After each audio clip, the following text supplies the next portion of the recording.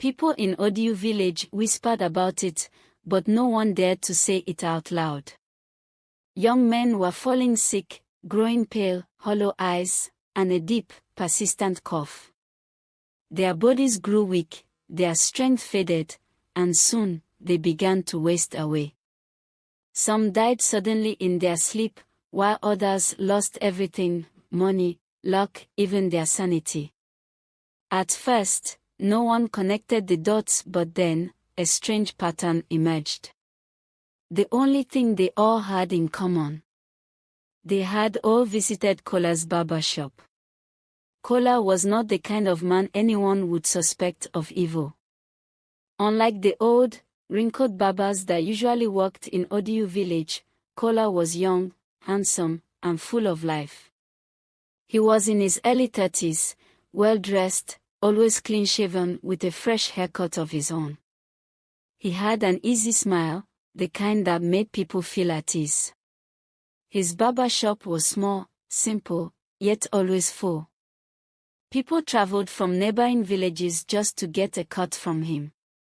His hands were steady, his clipper sharp, and when he walked, he never made a mistake. But there was something off about him. He smiled, always. He joked effortlessly. And his shop was always open. Even at midnight. For some reason, the odd timing didn't raise suspicion. People told themselves, Kola is just hardworking. But the truth was far darker than they could ever imagine. One evening, Deli walked into Kola's shop, just like any other man looking for a fresh cut. The shop was empty, save for Kola, who sat in his usual corner, cleaning his clippers. He looked up and grinned. Deli. My guy. Come sit down.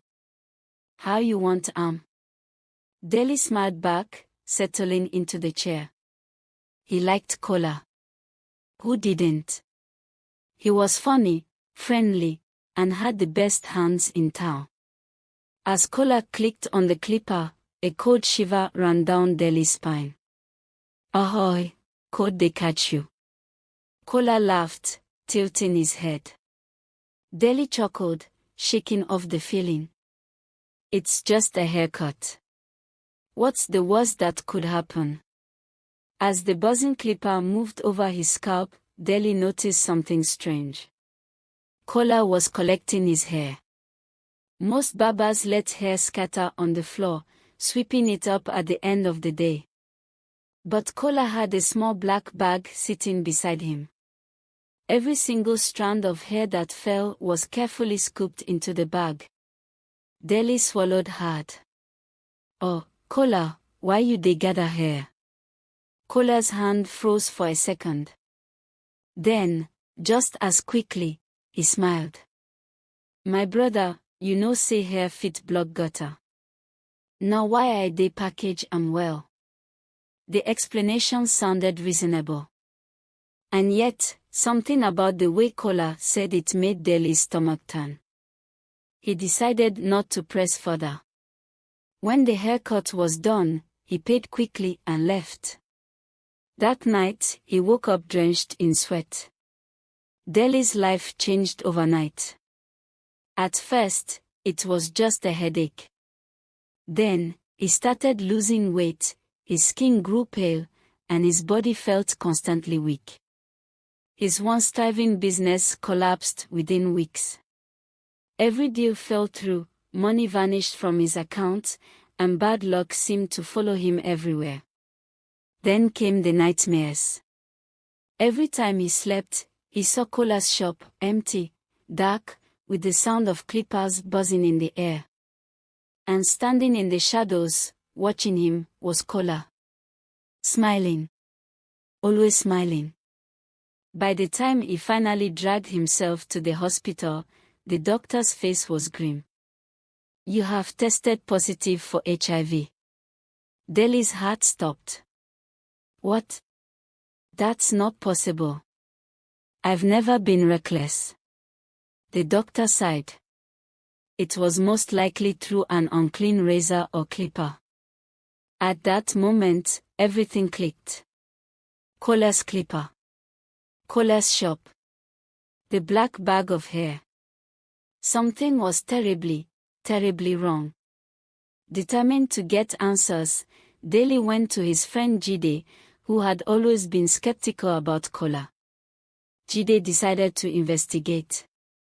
That night, he waited until midnight and hid near Cola's shop. At exactly 1 a.m., the door creaked open. Cola stepped out, carrying the black bag. Jide followed him silently through the dark village paths, his heartbeat pounding. Cola moved quickly and quietly, slipping through a narrow passage that led into the forest. After nearly 20 minutes of walking, they arrived at a small, hidden shrine. Jide's breath caught in his throat.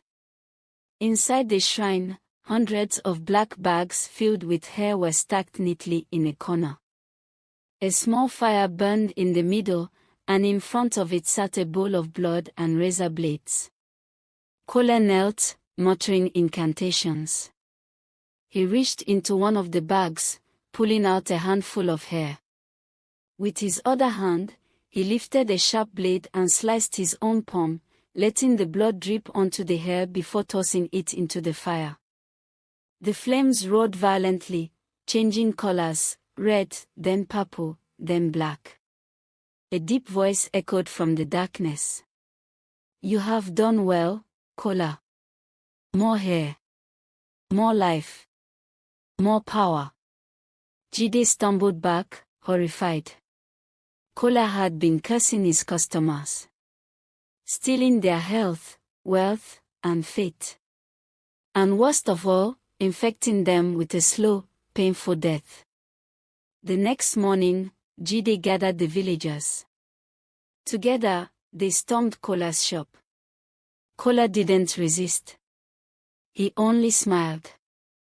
"You think you can stop me?" he whispered as they dragged him outside. They burned the shop. They destroyed the shrine. But it was too late. Daly never recovered. Others who had sat in Cola's chair died within months. And even though Cola was gone, his name was never forgotten. Some say that on quiet nights, if you walk past the ruins of his shop, you can still hear the faint buzzing of a clipper. And if you listen closely, in the shadows, you might see him. Smiling. Always smiling. Not everyone who smiles at you is your friend. Not every barber is just cutting hair. Some are cutting destinies. Would you still go for a random haircut after hearing this story?